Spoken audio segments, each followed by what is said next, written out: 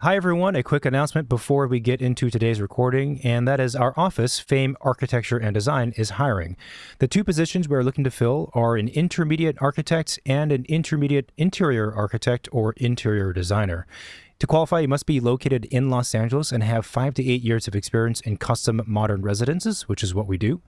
The software that we use in our office is SketchUp, Enscape, ArchiCAD, and the Adobe Creative Suite. If you don't know ArchiCAD, it's not a big deal. Please still apply, and you will learn it in our office. We mainly want to hire talented designers who are hardworking. We are a full architecture and interiors practice, which means that you will be exposed to or do site planning, architecture, interior design, structural coordination, MVP coordination, permitting, renderings, client presentations, construction documents, and construction administration. So if you're interested in working with us, please submit your materials to hiring@famearchitects.com, and that's our website and where you can find out more about us. This is the second studio hosted by the Architecture and Design Office Fame. My name is David Lee, and with me is Marina Bordero. The two of us are architects, partners at the office, and of course, hosts of the show. Today, our guest is Scott Specht.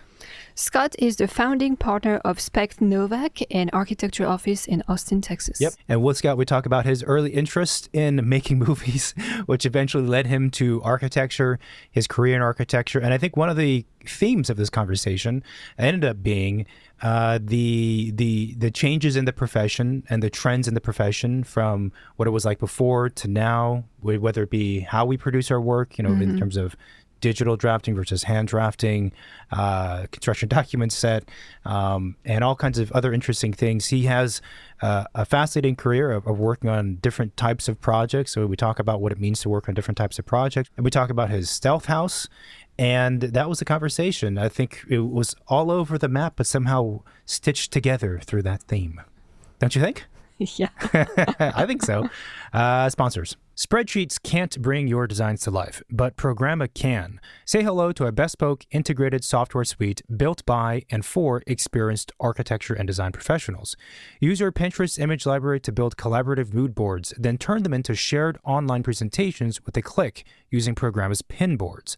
Use the Programma Web Clipper to build a centralized specification library for your studio. Share always up-to-date specifications and product schedules with clients, trades, and colleagues by generating beautiful, branded, live links, and client dashboards. Programma's clean, minimal interface allows your work to shine. Start for free and save 25% on annual plans at programma.design/second studio. This is the second studio with Marina, myself, and our guest, Scott. Here we go. $25 a foot. And the way we did it was scavenging. It's funny, I was born in Florida to a family that had, escaped New York City and moved the whole family to Florida, in the late 1950s. Wow. And lived in a trailer there for a few years until he built a house. And it was, a different era when things were much more mobile. So by the time I came along, they were very settled in a suburban area of Tampa.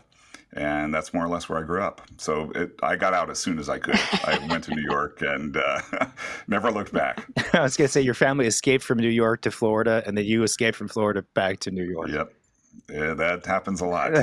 Yeah. I think especially, from Florida to New York was pretty common after COVID. But when you were a kid, did you have any, parents, uncles, aunts, anyone who was an architect or designer? Is that how... Not at all. In the construction industry, my dad was a contractor. He was an electrical contractor.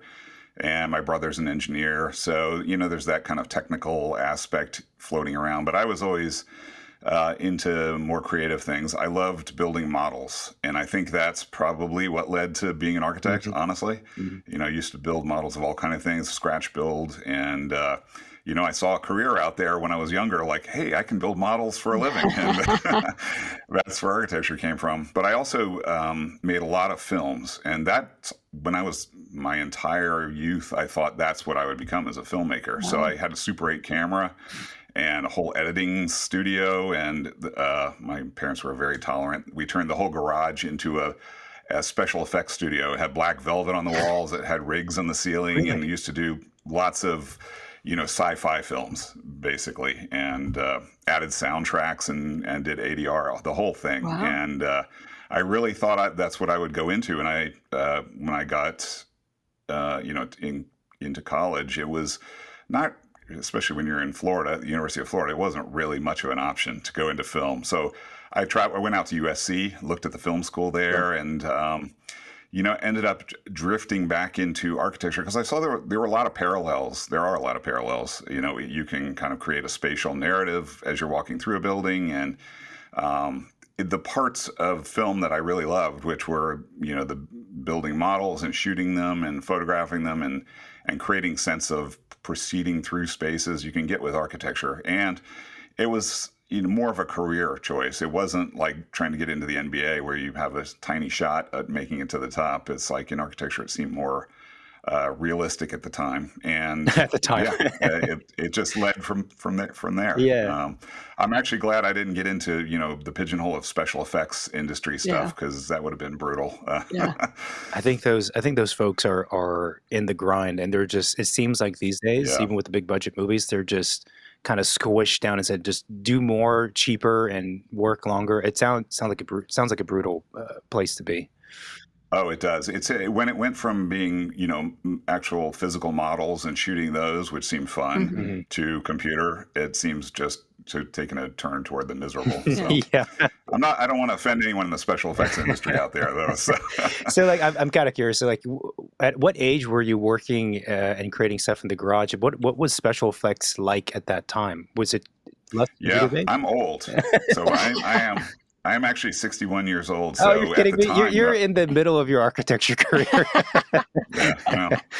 But it's at the time I was doing it. It was age say 12 through college. It was very different. You had a Super 8 camera, and you got these little cartridges that had 50 feet of film in them from Kodak, and you shot them. And I had saved up for the most elaborate Super 8 camera you could buy there, which did something unusual. It could backwind the film in the cartridge, so you can do double exposures and triple exposures and all that. And that's the only way you could do special effects. So you shot a spaceship against black velvet, and then you'd do a star field, and you'd superimpose that, and you'd put multiple layers together right in the camera, and then had an editing studio where I had clothespins on a line and hung strips of film and put them all together. It was elaborate. It was and it was a lot of fun. So it was a company called Spectrum Films. Had business cards made up. Oh, even. really? Oh, really? Wow. Yeah. That's so Wait, so funny. did you do it just as a hobby, or did you do it professionally for a bit, like actually get paid to? No, I never got paid. It was a hobby. Okay. But I had it was, if you've seen the film, the Fabelmans, the Steven Spielberg film, we had a group of kids in high school that were kind of the performing troupe, and used to work with them over and over again. So it was kind of like that. That film was really hit home when it was, exactly what my youth was like. It wasn't nearly as elaborate as he was able to do, but anyway, it was fun. Do you still have those films? In a box somewhere. Someday I'll get them digitized and be able to watch them again, because trying to find a Super 8 projector is not easy now. Sure, that would be actually really cool though to see That would those be fun. things. It would be fun. Yeah. So you're in high school. You think you're going to film. You go to USC. You tour. And was it during that time when you were looking at colleges and whatnot that you found architecture and that was going to be the thing that you studied, or what was the trend? Yeah, it's kind of a mixed bag. It's like during that time also, out of high school, I had like an internship job at an architecture firm.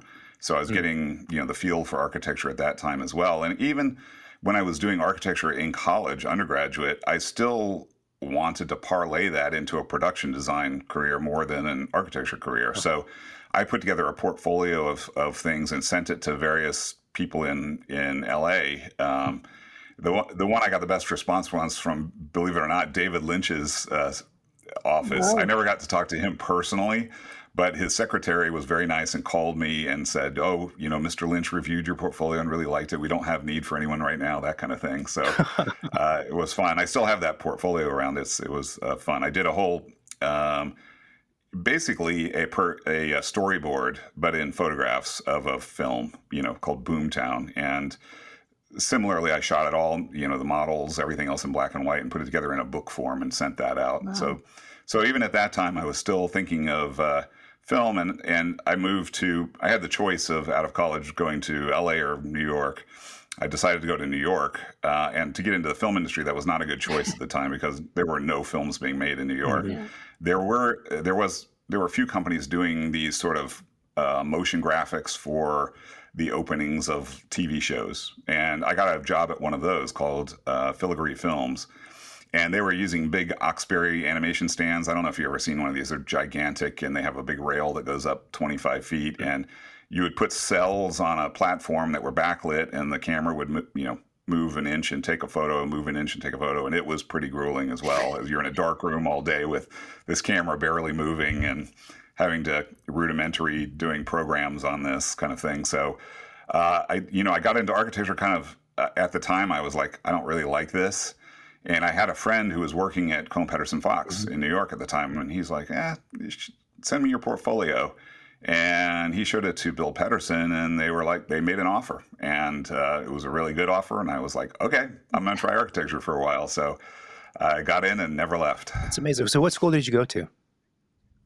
Well, I went to University of Florida for undergraduate, and then after working at Cohn Pedersen Fox for about 4 years, I went to grad school at Yale. Okay, yeah, that makes sense.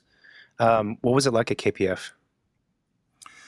At the time, it was kind of fun. It wasn't that big a firm at the time. It was maybe 150 people. Wow. Yeah. So comparatively, and their office was in a great location. It was the Steinway building that is now that giant shop tower that's one of the tallest in New York. But it had Steinway piano showroom in the ground floor, and you'd go up, and they were on a couple floors above that. And it was little studios. The firm was broken into tiny studios. So you had a team of 4 or 5 people working on a tall building. And you were, the expectation of work back then was really different. You were expected to stay there, as long as you possibly could. And it was a competition to see how long you could stay there. Yeah. So people were sleeping on the floor. The typical work week was 7 days a week. You got part of the day off on Saturday to go to a movie or whatever, but you were expected to be there all the time. Yeah, it was brutal, but it was a competition. New people would come in and they would work, and they would start to leave at 6 o'clock or whatever, and everybody would be like, they're not going to make it. You don't know.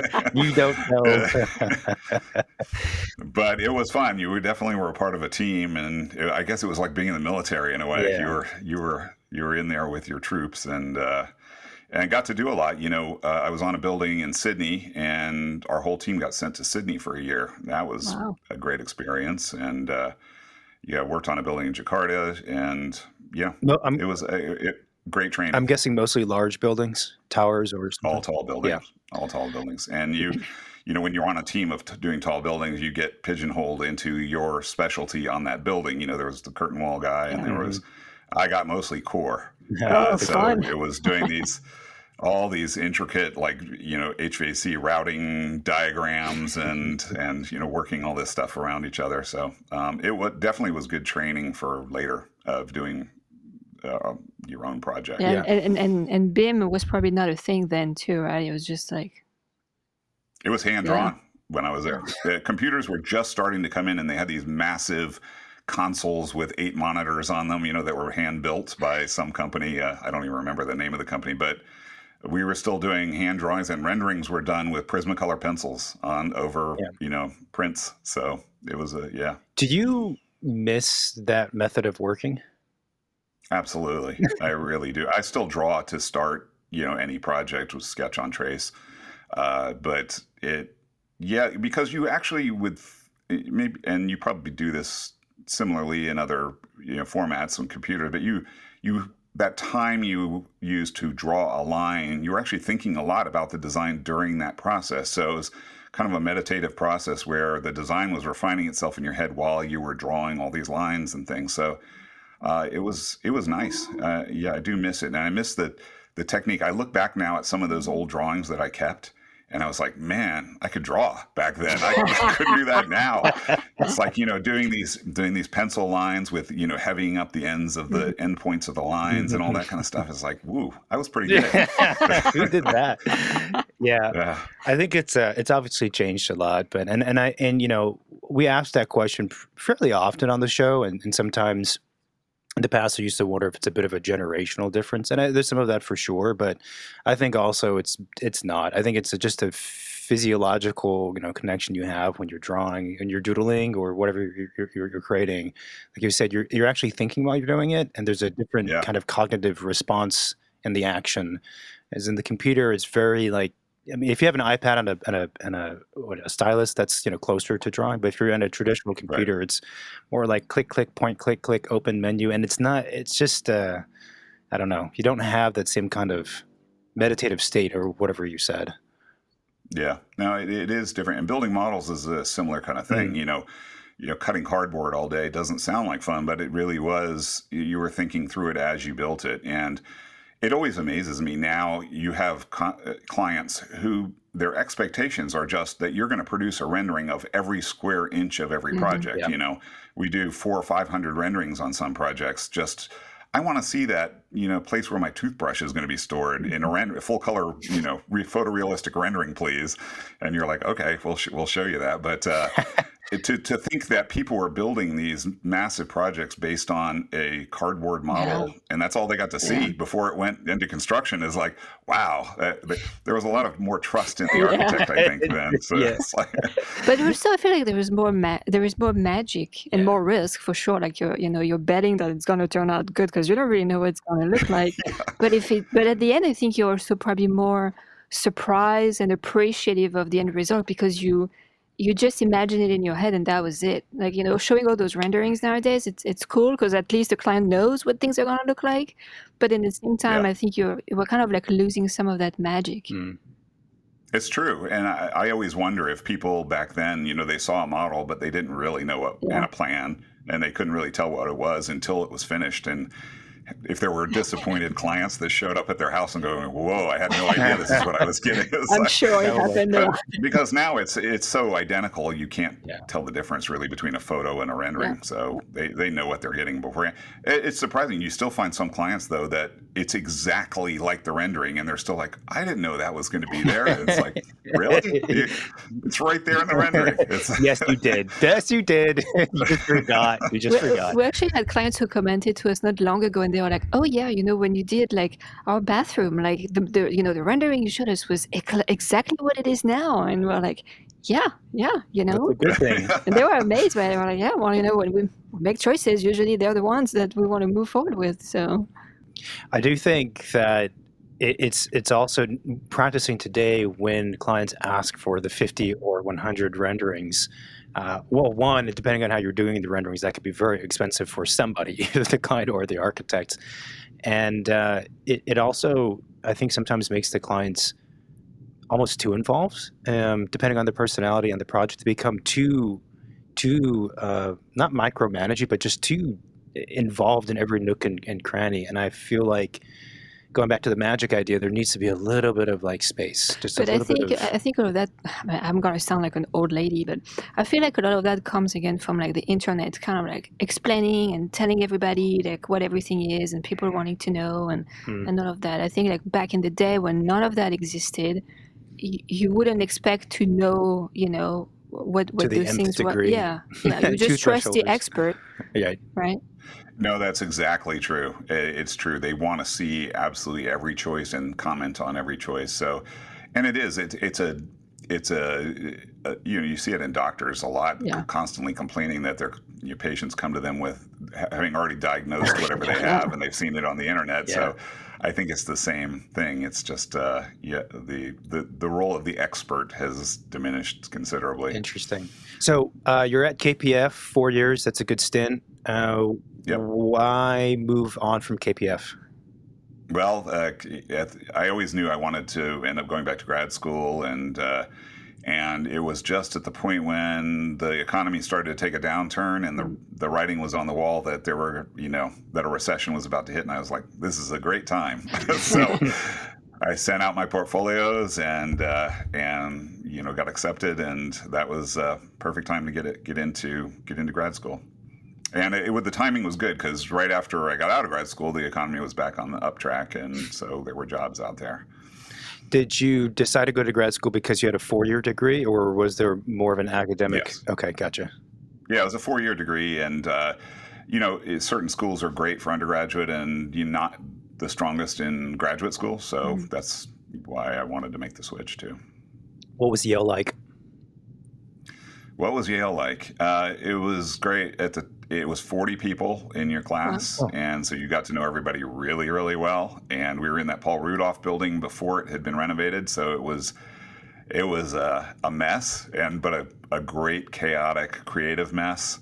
And it was the same old thing. It was the same as undergraduate at the time. People sleeping on the floors and working all hours of the day and night, and it was a good time to be there. I think. It was just a hive of creativity, and everybody had. The great thing about Yale, I think, and why I chose it really was that it was known for producing smaller practitioners when they got out. It wasn't a feeder school for corporate firms or anything like that. And I kind of knew I wanted to do my own thing, and everybody there had their own crazy vision. So, there was one guy there who was just obsessed with aluminum, and he used to make styrofoam models of everything and take it to a foundry in town and have it cast in aluminum. So all their models were aluminum. And so everybody had those quirks. And I think that's what made it a great school. I don't know what it's like there anymore, but yeah, at the time it was good. Do you know what your quirk was? My quirk? I don't know. I came into school, to grad school, with a lot more experience than most people had. Uh-huh. So it was kind of a situation where, there were people who had lots of architecture background, and there were people who came from other degree programs, undergraduate, and had no architecture background. So being one of the ones who had more, you had, kind of a leg up, but you're also kind of in there, helping other people, get the hang of what's going on. So kind of,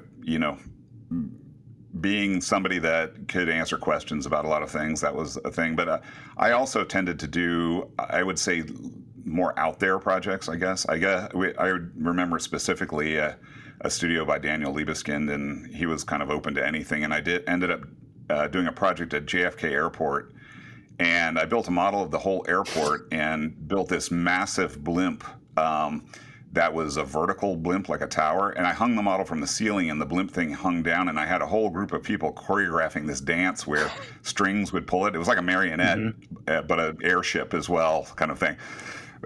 I can't imagine many other schools that would let you get away with that kind of stuff. That's really cool, though. That's really cool. But yeah, it was fun.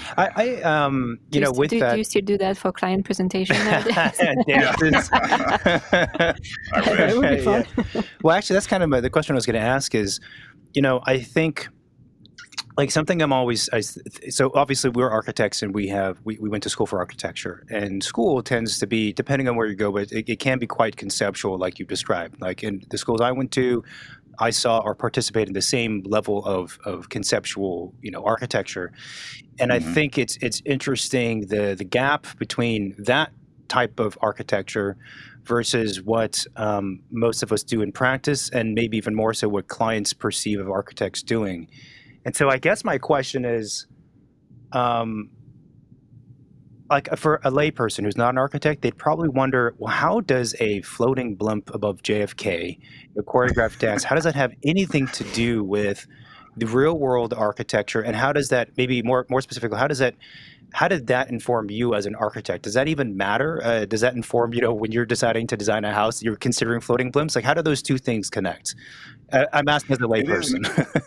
It really is an interesting thing that, if you go to medical school, people expect you to come out and know what the hell you're doing when you're, going into surgery or something like that. The process is that it relies on a lot of technical skill being taught in school and then through your internship program as well. But architecture is exactly the opposite. Like, you don't learn anything technical in school at all. And you come out, and I think, honestly, in early practice, you have to be very lucky, because you can screw up a lot of things that get you in major lawsuits. And I've seen it happen, too, where someone will hire a young architect. The one that I'm thinking of in particular, there was a house in Austin where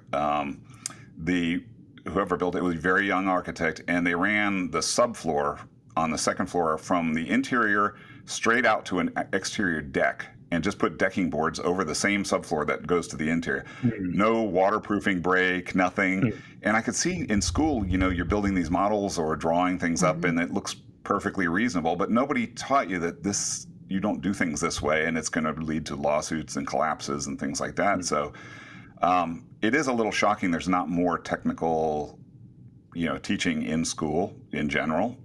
But it was always the case that, when you get out, you're supposed to learn all that while you're working as an intern. And hopefully you have the right experience to be able to do that without, being sued or destroying your career along the way. And I guess it's still that way. It is kind of surprising to me. I think it's still that way for the most part. Do you find, or did you find that those types of more academic projects helped you as an architect before or now in the design thinking of things? Because it's like a radically different type of I mean, it would seem very different on paper, right? These kinds of projects versus a house that has to stand and has waterproofing details and all this kind of stuff. Yeah, I know. I appreciate it, and I do think it opens you up to other things because, you can go into architecture and not having seen much architecture, you think, this is what it is. It's a house or something, and it's a house form, and maybe you saw a modern piece of architecture once or twice, but it is opening up the possibilities, and I think there's a huge value in that as well. It also depends on what school you go to. I think I had the luck. It was only luck because I went to University of Florida because my family lived in Florida at the time. But at the time, the undergraduate school was run by a bunch of Mies acolytes. And one of the major ones, they had a special class. They would take you and sit you down and say, all right, we're all going to learn reveal and negative detailing this week. And so it was the idea of you have one material meets another, there has to be a reveal between it, and there has to be a logic to how the reveals meet each other, and it's a way to express materials coming together, and the structure could be.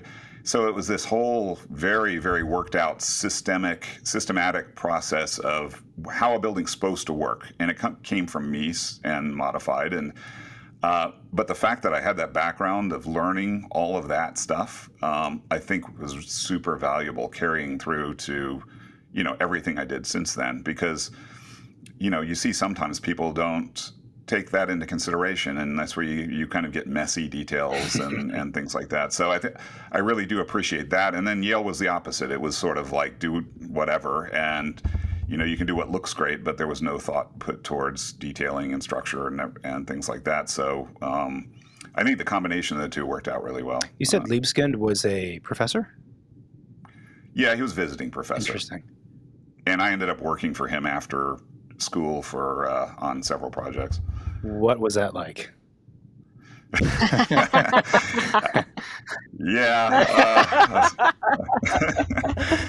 It was interesting. I was on the World Trade Center competition, the one that ended up winning, and then we did a redevelopment of Alexanderplatz in Berlin. Wow. Got to live in Berlin during that process, so that was fun. And I don't. It's not my way of working anymore. So there was a disjunction in that. I think he was the one I did that blimp weird project for in grad school. Mm-hmm. He liked that, but when it came down to actually doing real work, that is that discrepancy between the theoretical and then how it translates to actual built work. And I think, in a lot of well-known architects' projects, some of them focus on detailing and how things come together, and some don't. And you can see the difference there, where the grand idea is what you sell, and then when it comes down to how it actually comes together, it doesn't really work a lot of times. So yeah. I agree with that. It's like a gap that needs to be bridged. You can tell there's like a napkin sketch or a big, like you said, a big idea, and then the mentality in the office is we'll just figure it out later on, or not even someone else in the office will figure it out and just figure it out. And I don't care. Right. No, that's exactly. Yeah. It's it drives me crazy, those kind of projects. Yeah. So I can't deal with it. So did you work at any other offices before starting your own practice? Yeah, at the time, right after grad school, I didn't really go to work for an office per se in any real sense. I was always wanted to make sure, and this is maybe a lack of commitment of some sort, but I wanted to kind of freelance for various architects. So I worked for Deborah Burke's office and worked on some great projects for her. When she was a tiny office. At the time, it was 5 people, so that was fun. Libeskind, as I mentioned, and I did some other freelance work for other architects in town, and then during that time, I was also with my partner and wife at the time, Louise Hartman. We were getting very, very small projects. So things like, in a brownstone, renovating one bedroom to put a desk and a radiator cover in. That was an early project, or not enough to live on by any means, but I could do both at the same time. I could work for these other people and didn't have a 9-to-5 schedule, so I could do their projects, and then, at night we'd do these other projects, and slowly built from there. It really was a case of starting off not with a bang, but with the tiniest projects you can imagine and working our way up. For those tiny projects, obviously you took them on. Were you, marketing is maybe not the right word, but were you letting people know that you were, an architect looking for work, or they just come your way? And also, was there ever a point when someone asked you and said, okay, you're an architect, right? Scott, you're an architect, and I have this bedroom remodel. Can you do it? And did you ever think like, no, that's not really, because you had done towers at KPF, right? And you worked with Daniel Liebskin and whatever else. Did you ever think like, no, that's not what I do. I don't do covers for heaters. You know what I mean? No, very low ego. That's, good for at the time, at least. Good for you. It's you put the same energy into designing a radiator cover, quite honestly, that you do a tower, and we went overboard, I'm sure, in designing these things. But it's all you had. It's what you had, and you want to be proud of it. But we did early on. There was this idea of everything you do, you photographed. Like, you just didn't let it go and say that's too small to photograph. So. It was starting early of thinking about things like that, of how to show your work and be proud of what you do. So we photographed those radiators and a desk here and that, and then it comes in useful. And there's, again, the element of luck can't be overstated, is that, and some connections, because it was one of Louise's friends worked at a film company called Good Machine. It was a producer. They did independent films. And this person knew they were looking for a new office in New York, and they had already talked to 2 or 3 architects, and they were coming in at numbers that they thought were outrageous for build-outs for the interior. So, and the outrageous numbers were $80 a square foot at the time. Mm-hmm. So this friend just said to, the owner of the company was like, hey, why don't you give my friends a shot? They might be able to do something that's a lot cheaper and cool. And that was probably our big break. And we ended up doing their offices for $25 a square foot. Construction cost? Hard to imagine. What's construction cost or fee? Construction cost. Wow. $25 a foot. And the way we did it was scavenging. We went to, it was in Soho at the time. There was a place called B&H Industrial Shelving. And what they did, they went to old warehouses that were closing down, and they took their metal shelving systems, disassembled them, and would sell them off really cheaply. And we're like, that's what we're doing. We're building walls out of that. And we put, plastic and masonite and perforated metal and other things that we found on Canal Street on the back of those and made offices out of them. So the whole office, was scavenged more or less. And friends were the ones who built it. There was a small contractor, guy who wanted to get into contracting at the time and took it on with his friends to build it. And that led to a lot of things because they were well connected. And we photographed that, and it got published, believe it or not, in Interior Design magazine, which at the time was doing, it's not like it is now. It was less competitive. And they would publish weird little projects like our office. And that led to a lot of things. The timing was good too. It was right when the .com boom was starting to happen. And there were a lot of little companies in New York looking for very cheap but creative office space. And so that led to a lot of different projects from there. Fascinating. We're going to have to get some photographs of that first project because I don't think I've seen it. But it sounds... That's not on our website. It sounds really cool. You should keep it on there. It got rolled off our website long ago. I suppose. Just make a secret page on the website. It's like a speakeasy. That's not a bad idea. You need a special passcode to get into the hidden projects. A white square in the white back where someone clicks on there by accident. It's not a bad idea. So don't steal it. I trademarked that now. No, see, it's on the podcast, so like anyone can do it. What was I going to ask? So so it led to other projects, and so you were in New York. So how long? So then, when you transitioned to doing more of your own work, did you stay in New York for a period of time doing that? Was it mostly Oh yeah. offices?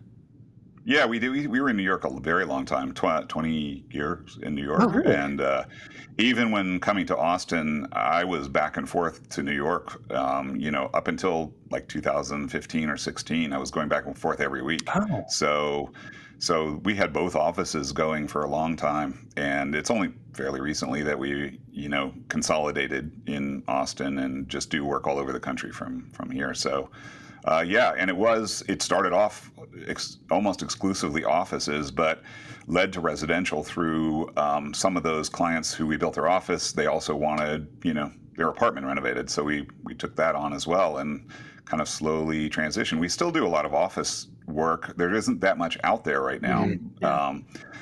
But up until recently, we were doing Indeed.com. We were kind of their on-call design architects, and so we were doing a lot of offices for them. And so yeah, we still do a little of everything.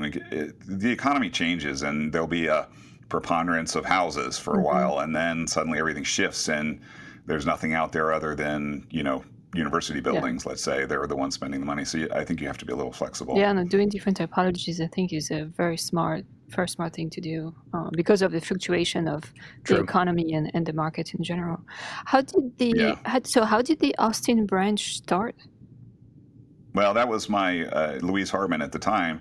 She was just offered. She was doing a lot of teaching at Yale while our practice was going in New York. And she was found by the University of Texas School of Architecture and was offered a deanship to be one of the undergraduate deans at the School of Architecture. And we were like, never been to Austin, Texas. And we're like, okay, well, it's an interesting idea. Let's see what we can do. And she came out, and we both came out, and she liked the school and what they were saying, and the job came with tenure. So that's nice. We said, let's do it. And the plan was that I would just fly back and forth we'd still have an office there. And, we had certain people on staff that were more senior and could run the office. And so it was a lot of back and forth, and really didn't do many projects in Austin, only very small things to start off here. And built our way up again in Austin while we were doing projects in New York. Wait, so your partner was an architect? Is an architect? Yeah, we met in grad school. Oh, okay. So we were in the same class. Yeah, and she now teaches at Gallatin School at NYU. Oh, okay, gotcha. So the early practice was the two of you working together, or was it mostly you and she was doing teaching? It was kind of a mix. I think I was more into the technical and design aspects, and she was more teaching.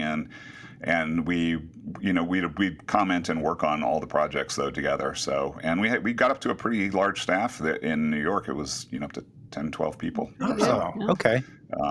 At that time, yeah. Okay, awesome. So it was actually a big risk to come to Austin at the time, and Austin was nothing at the time. It hadn't gone through this big tech boom kind of thing. So when did the transition from New York to Austin occur? When did you know it was the right time to fully move, in quotes, to Austin with your team and all of that? It was kind of following the work.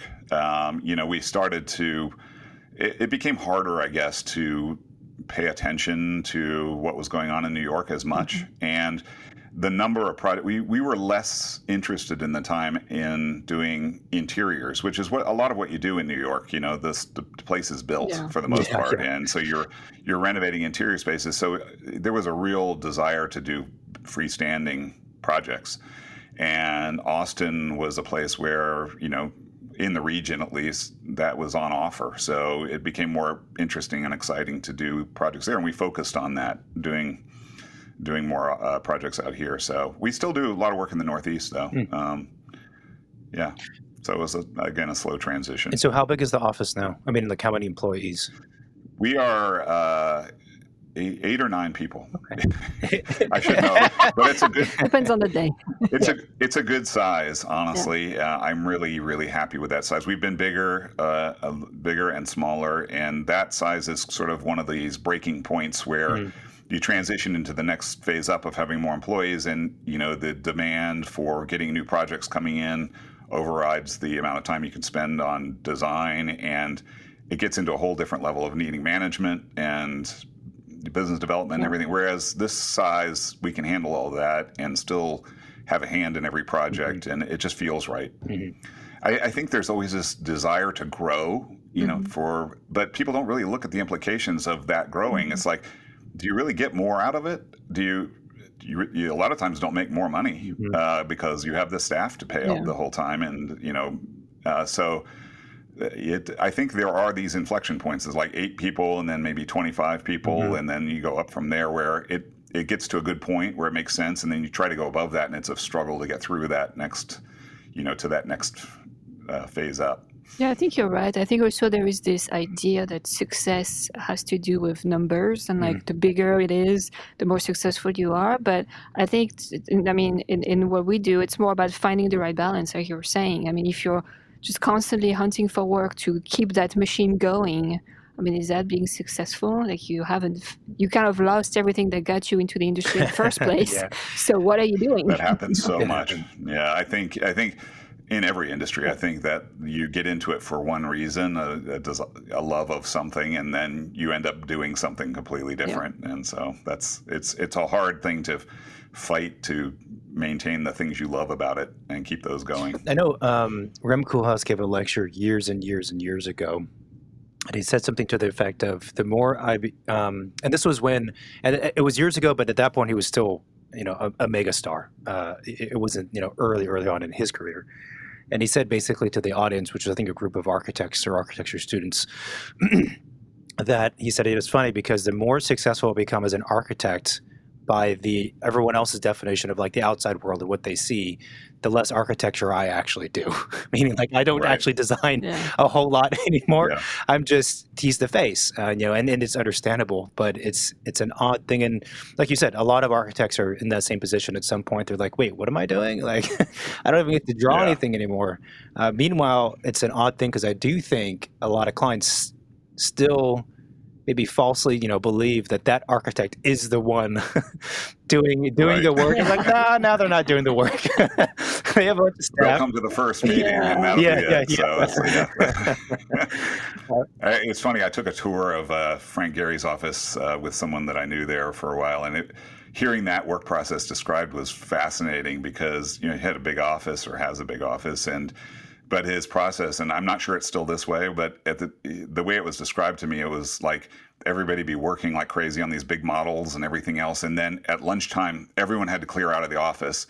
And Frank would only meet with his senior designers and talk about the project. And then he'd go back in his office and everybody else could come again. So he sort of made his comment on everything, but no one else could be around when that happened. So. Interesting.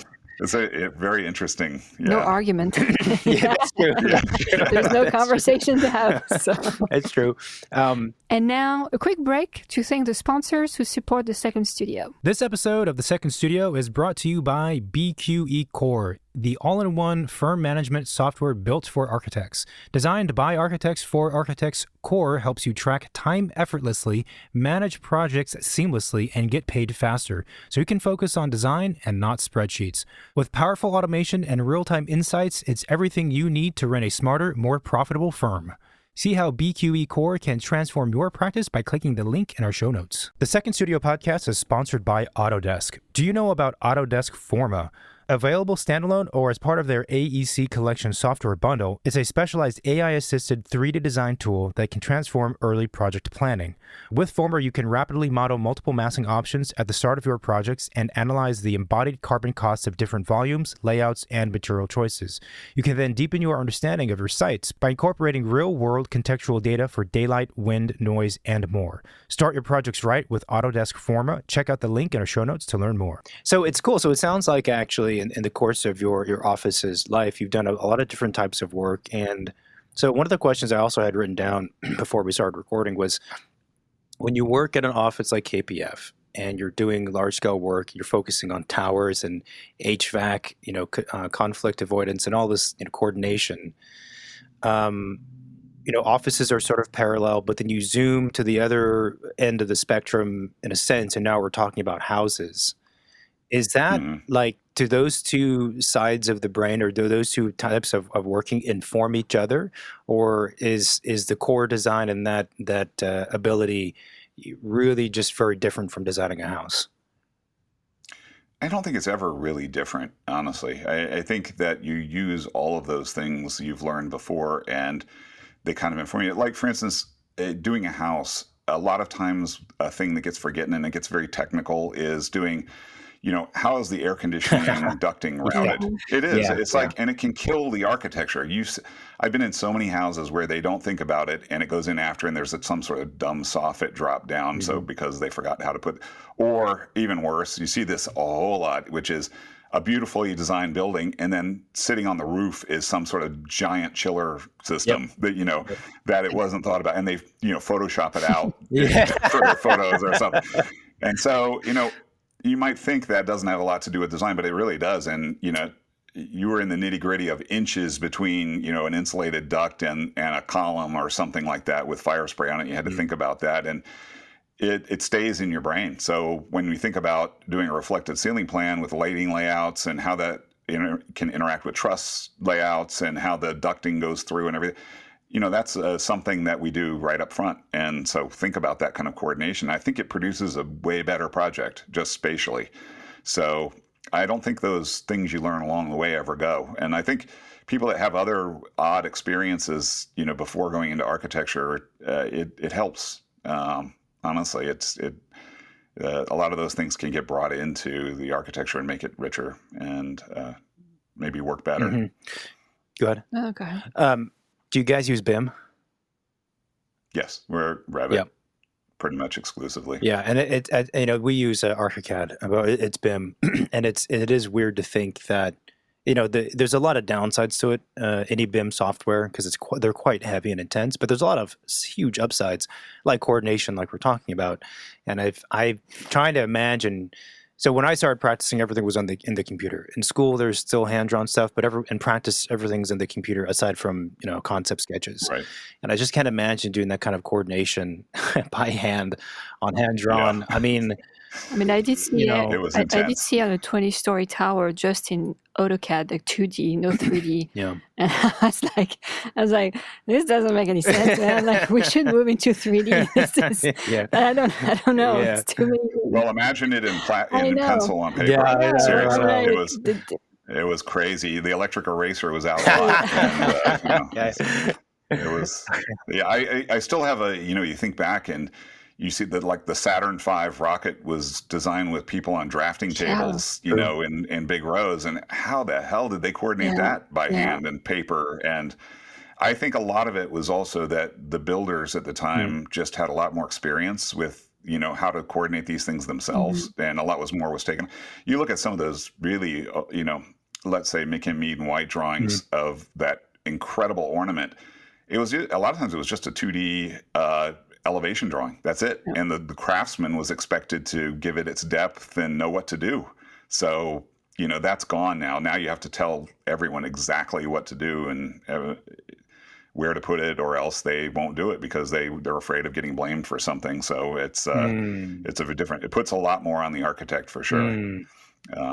There's almost an expectation in the legal sense of the builder not knowing anything. And if it's not in the drawings correctly, you're blamed. You're pointed fingers at. So I think that's a really interesting observation, and it's true. And I don't know if we talked about it before, but I've often had that theory, because I've seen construction document sets from back in the day of some of the significant works of architecture we all, admire. And I've seen the CD sets. I'm like, by today's standards, these are not CD sets. These are like schematic design drawings. And so as much as I love this piece of architecture, I'm also thinking, but they did a tenth of the work that we have to do now. For the CDs, it's so much work. And I'm not saying it should be any other way necessarily, but it is completely different, especially when we model stuff the project in 3D in the computer, like everything aligns to the eighth of an inch, and it just Right. was not the case before. Like it was figured out, and I agree. The builders must have been much more savvy or just understood the true assignment, as opposed to now. It's an odd.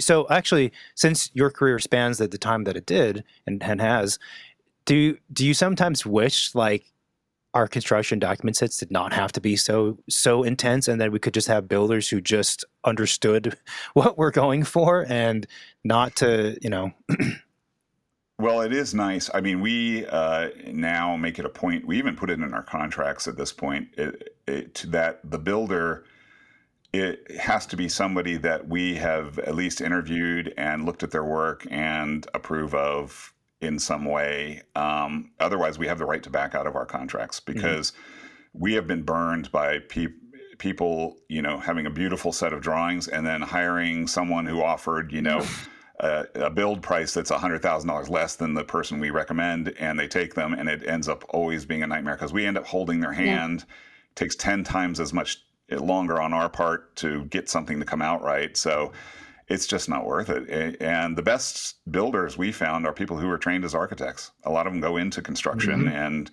you'll find contractors who are architects, and they know what you're looking for. You don't have to explain everything, or they're not confused by it and suggesting, oh, let's just put a molding here or something, something like that. It's like they know better than to do that. So the choice of contractor now makes a massive difference. And to what you were saying before about the drawing, one of the most fascinating experiences I had was when I was doing that project at JFK Airport back in grad school. I was able to get into the Port Authority offices, which was in the World Trade Center at the time in New York, and went up to their offices, and they let me look at their archives, which were microfilmed, and they had every sheet of construction drawings of the TWA terminal by Sarnian.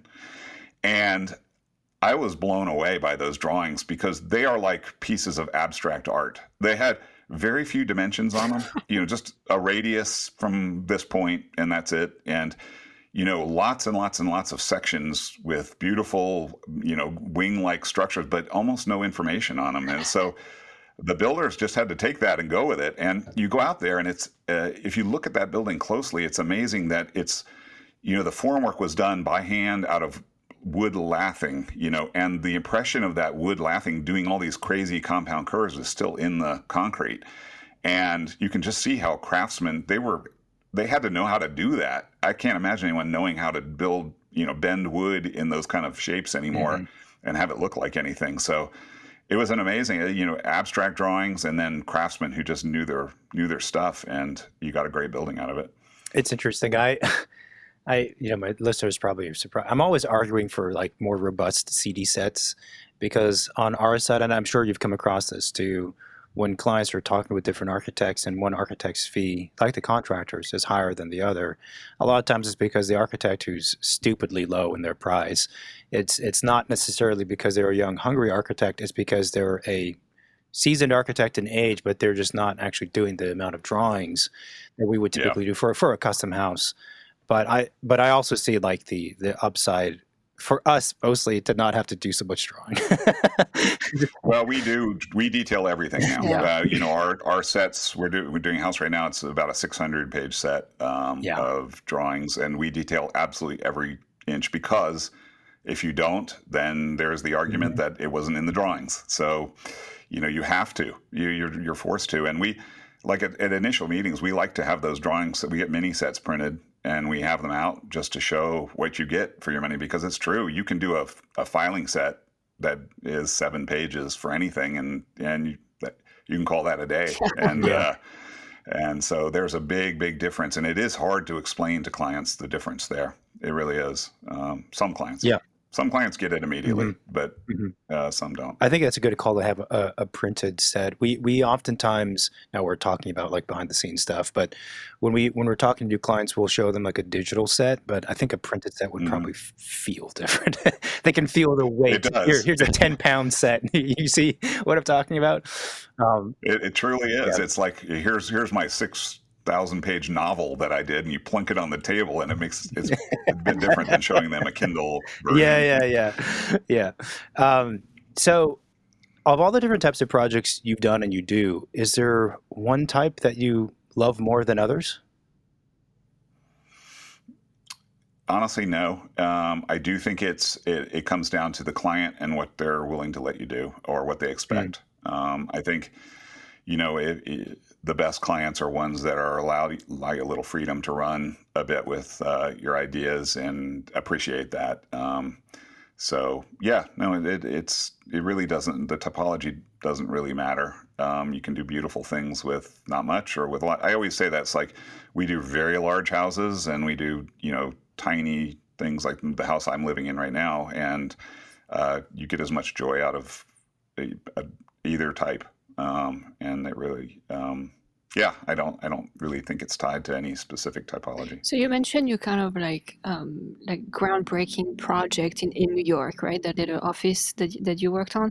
Was there a similar project for you in Austin once you relocated there? That kind of like shoot you off, in space and actually like launch the whole office there. Kind of. Believe it or not, it was it was very similar to that first project. It was there's a private university here called St. Edward's University, and they needed a new office for their marketing department, and it was in a traditional 1880s building. So we did their office interior, and we designed all the desks and everything. And the thing we did that was interesting there that they let us do was, as you walked in, the reception space has this wall that we made out of 8,000 number 2 pencils. We bought a bunch of pencils of different colors and shades, and one of the people that worked for me at the time, God bless them, they took panels of masonite and spent weeks gluing up these pencils on these boards, and then we put it up as panelized, so the entire office as you walk in is pencils, and it makes a beautiful pattern on the wall, and worked its way into the rest of the space. So that was kind of our kickoff project there, and we got more work from we've done 2 buildings for St. Edward's University since then, and I think we slowly worked our way up from there as well. What about like larger scale stuff like towers and things? Is that do you take on those, or are you able to be the architect of record, or do you need to staff up for that kind of project? If you're a client or a developer, please come to us. We would be very happy to do a tower or anything you come up with. So it's just hard to, when people, especially universities now, like we tried to get work with the University of Texas, but their vetting process is so strict that you have to have done, 20 buildings of the same type at large universities to even be considered. So it's hard. If you haven't done tons of one type of building before, to be allowed to do that is getting more and more difficult. So yeah, we hear the same. Yeah, we would love it. We hear the same thing from everybody who's interested in. I think most architects are interested in a diverse, type of projects. To your point, not all, but I think a lot of them are. But it is becoming more difficult, exactly like you said, and it's a bit unfortunate. I understand it from the client's end, but also it's a bit unfortunate, it's there's no like kind of faith or the magic like we were talking about before. It actually reminds me of in San Francisco, there is like a small business program that actually I think forces or somewhat requires big offices who want to do projects in the city to partner with a small local office, and that's a good way for like smaller firms to get involved into working on a different typology that they could never get because they don't have that kind of portfolio. And I feel like that's a great. I feel like that's a program that should be in like all the major cities, just to be able to bridge that gap and help prevent monopolization too. Exactly. Yeah. No, that would be nice. I mean, back in the day, it used to be competitions. There were a lot more competitions for things. And there was even, maybe it still exists, Competitions Magazine, where it would just list all of the competitions you could enter for, doing buildings all over the world. And I know that's, Big got their start that way. Bjark Ingels got, a competition. I think in Europe, maybe it still happens more. But you could be a very small firm and win a competition, and that's your launching point. But those I don't see them anymore. So I don't know. Maybe there are, but you don't see as many. No, they're super common in Europe, but in the United States, not so much. And one of the last guests we had on maybe a year or so ago, our European architect, and win most of their work through competitions, and of course they have plenty to say about the negatives of like it costs us so much money. But for these big ones, and I guess the briefs, the competitions now, they don't just want conceptual renderings and plans. They want Everything. like SDDD level completion. Oh, wow. And they're like, we just can't do that. I mean, they get paid, but it covers like a fraction of their operating costs to do the kind of work. What about, so have you partnered with other offices to be that architect of record or the architect that has that massive portfolio, or would you partner with another office? We would definitely do it, and we have done it on smaller scales. We did it was interesting. In Austin, there was a program, they wanted to expand the convention center here. And so they had a staged kind of design process where they had conceptual architects to do an initial presentation. But it was structured so weirdly that when you did that initial presentation, if you were those architects, you were excluded from any further stages of the project, which didn't make any sense to me. But we teamed up with another local firm, Mark Odom Studio, and we did a lot of conceptual design for that. So that was good.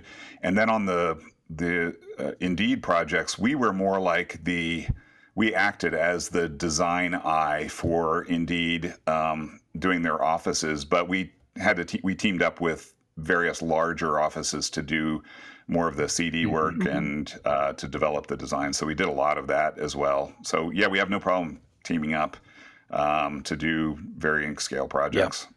It's a cool partnership when it works out well and if everyone's on the same page, of course. If not, then it's not great.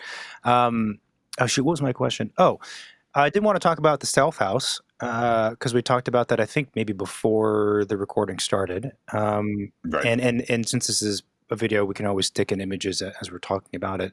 But the Stealth House and also the CS2, the Case Study 2.0 program. So but the Stealth House is done. it's a real house to build. Yeah, I've been living in it for almost a year now. So yes, it's done, and it's amazing. It was a process that not many architects get to have, I think, where our office has always operated with having experimental projects on the side. Just things we like to do that we know are more for publicity, but also for just getting these things out of our system. So the one that got a lot of attention, kind of went viral years ago, was the Zero House, where it was probably before the small house movement kind of took off, but it was this house you would just plop down anywhere, and it had photovoltaics and water collection and did everything and ran itself. Got a lot of attention. It actually got sponsored by DuPont, picked it up for an ad campaign. They said, it was like, here's the house of the future kind of thing. So we never got to build one because it was very, very expensive. We got it priced with some developers and never actually got to build one. So the Stealth House that I'm living in started that way. It started as just a fun competition. It was started, honestly, a few years ago when their political situation in the U.S. started to deteriorate a bit. And it was like, okay, so we want to design a house as an oasis that could go anywhere and be, secure, almost like a little fortress. And it really played back into old Roman house types, and lots of cultures have. The typical house wasn't what Americans are used to, with windows on the perimeter. It had no windows on the perimeter, and everything happened interior. But how do you update that idea as opposed to every private room looking into a central courtyard where you can look at each other? Is there a way you can configure that with multiple smaller courtyards where every room looks into its own private garden space? And that's what we did. So we had this project floating around the office, and when people would get a couple hours here or there, they would do a rendering and things.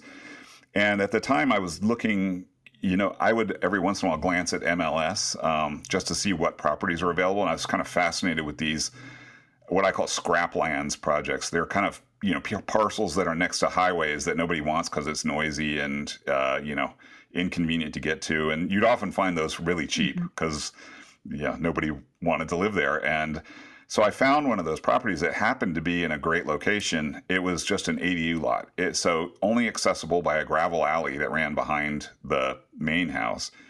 And in Austin, there's some odd codes where you can actually parcel this off as a condo unit and buy a backyard of someone. Oh. So that's what we did. We bought this backyard, and, thinking it sat for a long time as just, it's a great piece of property. I'll figure out what to do with it. And then slowly thought, okay, this might be a great place for this house because it has no views. The property had no views on any side. You're just looking at the side of or the back of another house or the alley. And what if we just turned everything internally? And so we're limited to 1,100 square feet as an ADU as well. So that gave us, a size to work with there. And I said, now's the time. I am getting to the age where I'm either going to build my own house or not. And went ahead and did it. And, I was recently married at the time too. So, my wife is she put a lot of faith to say that, because to build something like this, you have lots and lots of people telling you there's no resale value. You're sinking your money into something that is going to be just a giant waste. It was nerve-wracking, quite honestly, because you're building a windowless house on a gravel alley that has no official address. And, it's a totally internally focused things, which I had never lived in a space like that. So it could be claustrophobic or awful, so we were nervous the whole time building this. It's like, okay, it's cool to look at it going up, but living here day to day, is it going to be just, are we going to go crazy? And we've been here a year so far, and it's been amazing. Honestly, it's like you walk in that, from the outside, and it's like you're in a completely different world. And we have lots of, we have a beautiful olive tree that's growing in the courtyard, and that can only survive because of the microclimate we have here around it, because olives, it gets cold here and freezes in the winters. So they need protection from the cold, but we can grow an olive tree. And it is almost like you're in a little Mediterranean, capsule here in the middle of Austin. So it worked out well, and it's been getting a lot of attention. I'm glad to see, and we've had some inquiries into, people wanting their own version of this. Interesting. It sounds like a little sci-fi house, to be honest. Like a different. It kind of is. The exterior is all corrugated Corten steel, and that's pretty much it. On the back and two sides, that's all you get, other than a fire escape door, which we have a tricky. People can't quite figure it out at first, but you do have a direct access to the exterior from every bedroom.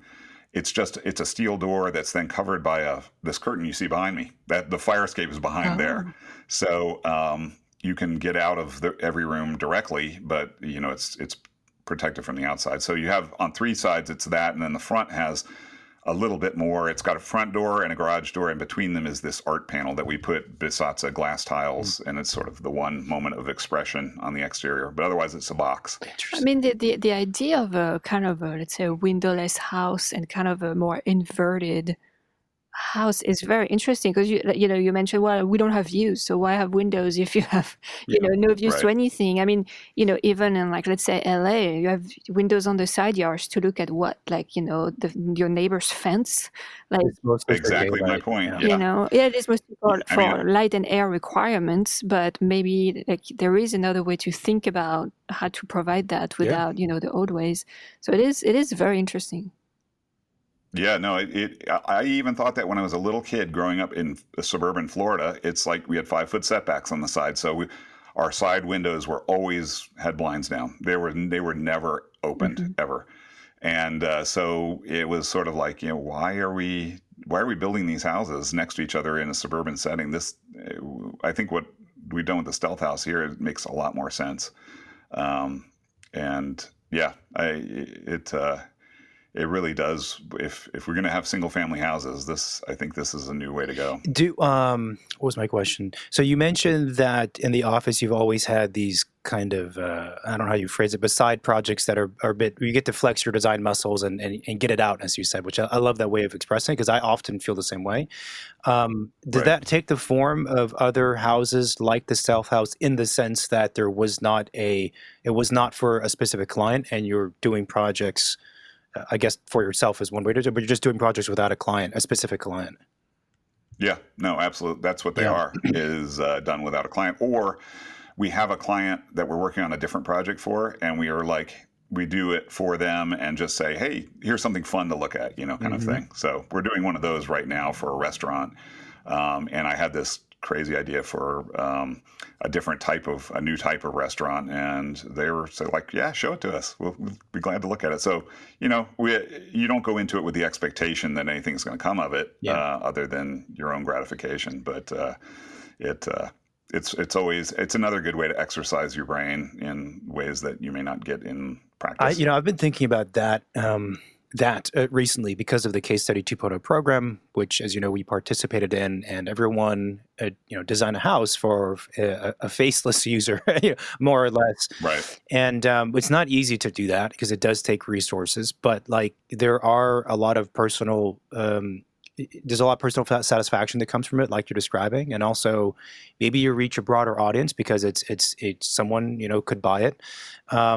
And it's a very different way of working as an architect, because traditionally, to work as an architect, you need a client. You have a contract that gets signed, and then you ask them questions, and they say, "Okay, this is my site. This is what I want," and then you roll in that direction. But to do a project without those parameters is a very freeing thing, and it maybe opens a door too for folks who are clients rather, who are interested in architecture but don't want to spend the time doing a custom one. They can buy something that's kind of been designed solely by the auteur. It's not tampered with or muddied at all. It's exactly whatever the architect wanted, and there's definitely some beauty in that as a process and for the end product, I think. Yeah, I do like it as a model like that. I mean, we have looked into the permitting ramifications of just taking an off-the-shelf design and building it, and it's more difficult than it might seem from a legal standpoint. It's you really do have to get into site modification and planning, and so it ends up taking a lot of time. It's not as easy as just selling a set of plans. And I see other architects selling sets of plans. I don't quite understand how it works, because our lawyers all told us, don't do that. You can't do that, because you have to show that you have given some consideration to the site and all this kind of thing. You open yourself to a lot of problems otherwise. So, some people have come to us with this, they want to build a stealth house, but they only want to pay, $1,000 for the set of plans and take it from there. And we're like, well, you can't really do that. It doesn't work that way. Zeros short. Yeah. But I do think it gives people ideas, and you can say, well, we will customize it, take the same ideas, but apply them to your specific site and, for you. The legal aspects is a really, really good point. So like, and I know for I don't know what our other architects are doing with the case study program, but I know for us, I've not really thought about it. It's funny because we phrase it as if like all of us are selling our plans, for pre-designed house, but that's actually not exactly what's happening, right? It's more like services. Because I've actually not even thought about the idea of just literally just selling off the plans and not being involved for permitting or, CA. It's not really what we do. So I've just not even thought about that. But yeah, you're right. I've seen architects who are literally selling plans, and they must have some airtight disclaimers on those. That's all I can figure. Probably. So, well, I mean, they're selling conceptual plans probably more than they are selling CDs. But for us, and I know for you guys as well, that's not our MO. And I have a lot of reservations about an average person just taking a set of conceptual plans, like the ones for JFK or whatever, and then just going out there and finding a builder and doing it. Right? There's going to be a lot of problems. You would have to not really care about what the final product is. I agree. And, there are a lot of architects who don't. They just are doing it for, to produce a set of drawings, and then they would rather wash their hands of it. So I think there are different kinds of architects out there. So, yeah. I forget that's the case. I'm only friends with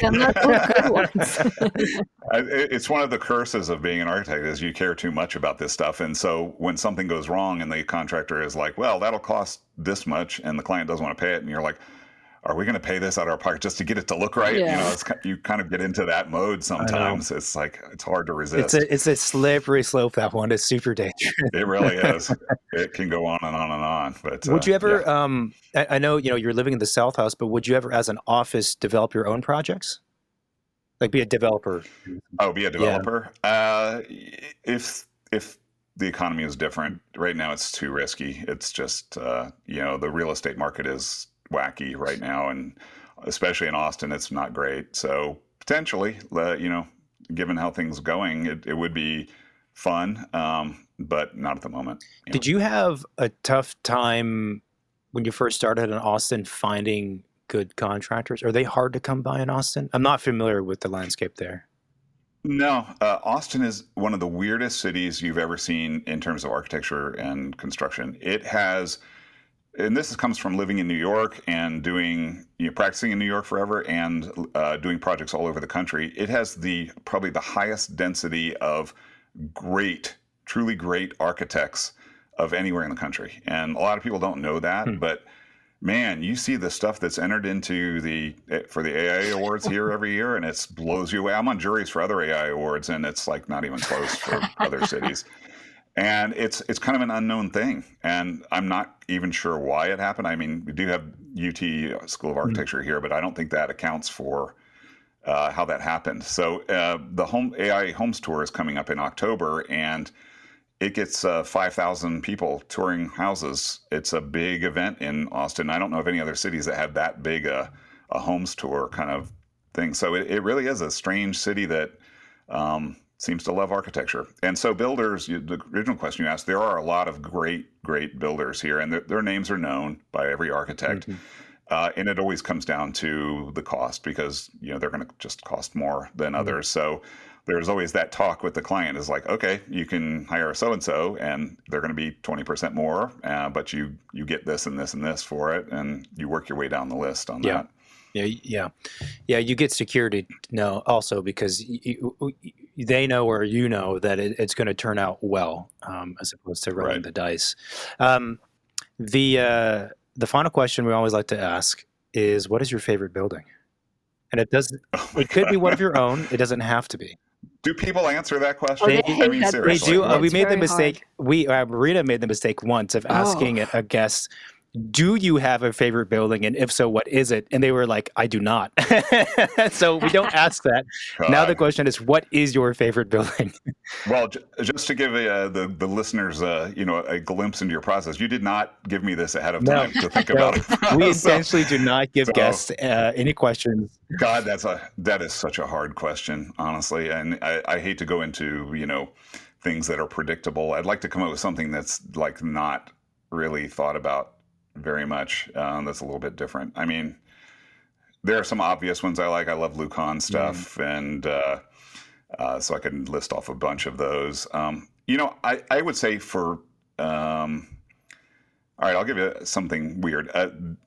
One of the architects I remember very early on, probably 15 years ago, we did a road trip around the country just to look at all of the Bruce Goff houses that were still existent. And I went with Louise Hartman at the time we went, and we got into a lot of people. We knocked on a bunch of doors, and people were perfectly willing to let us in to look at these spaces. And then Shinnecoin, which was in Bartlesville and burned down, was burned down by arson, was one of the most incredible buildings I've ever seen. And it came from this just crazy use of materials that you would never, ever imagine. Like one of the reasons it burned so quickly, the exterior cladding was anthracite coal. It's like, who would think of doing this? It's like, but it was interspersed with blue cullet glass, which is the stuff they scrape off the bottom of glass kilns at factories. And then the windows were these stained glass looking windows, but they were made by buying glass beads at Woolworths and gluing them onto the window panes. It took them 2 years to do these windows at this house. But the entire house was that kind of insane inventiveness that was not appreciated by a lot of people, I'm sure. Yeah. But, I think that kind of architecture, there's something fascinating and appealing about that level of idiosyncrasy. Mm-hmm. And, if you force me to name a favorite building, it would probably be, I would just lump all of Bruce Goff's work into that one category there. I just love that stuff. It unfortunately, not much of it exists anymore because it was easy for people to see this weird house and tear it down to build something else. And there was not a preservation movement that would look at a Bruce Goff house and say, oh, yes, this is deserving of, classic mid-century modern status or anything like that. So most of it's gone. But one of the few architectures that I've walked into and your breath is just taken away by how insane it is. That's a great answer. I love it. Scott, thank you so much for making the time on a Friday. This was so much fun. Very fun. And we certainly appreciate it. Thank you so much. Thank you so much. Thanks, everybody, for listening to this week's episode. If you want to support the show, then, I don't know, can you wire us a bunch of cash if you want to support the show? $1 million. You can also find us and leave a review on the Apple Podcast app, Spotify. We are on YouTube, so there's a video for most of the episodes. And so, if you want to play that and look at some of the images of the guests' work, sometimes we stick those in there. We also have an Instagram that you can follow and be part of the community. We're at 90-something thousand followers, which is not bad, I suppose. And it's not 100, but it's not bad. Yeah, I'm just, the social media thing, I'm over Instagram, to be honest. We also have the hotline. Did you mention that? Nope. 213-222-6950. If you have any guest that you think would be a great fit for the show, feel free to send it over to us. If you have any questions, any topics you want us to talk about, shoot the ideas over and we'll review. And that's it. Thanks for listening. Talk soon. Bye. Bye-bye.